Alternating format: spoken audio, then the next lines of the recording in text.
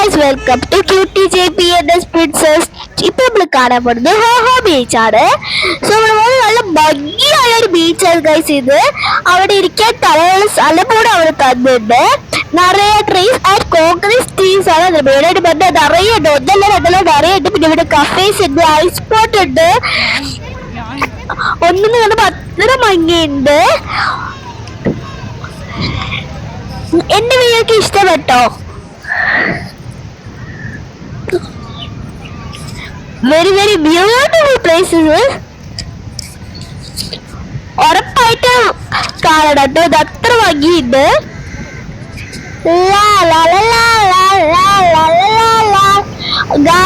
ഇപ്പൊ ബീച്ചിൽ നമ്മൾ എത്തി.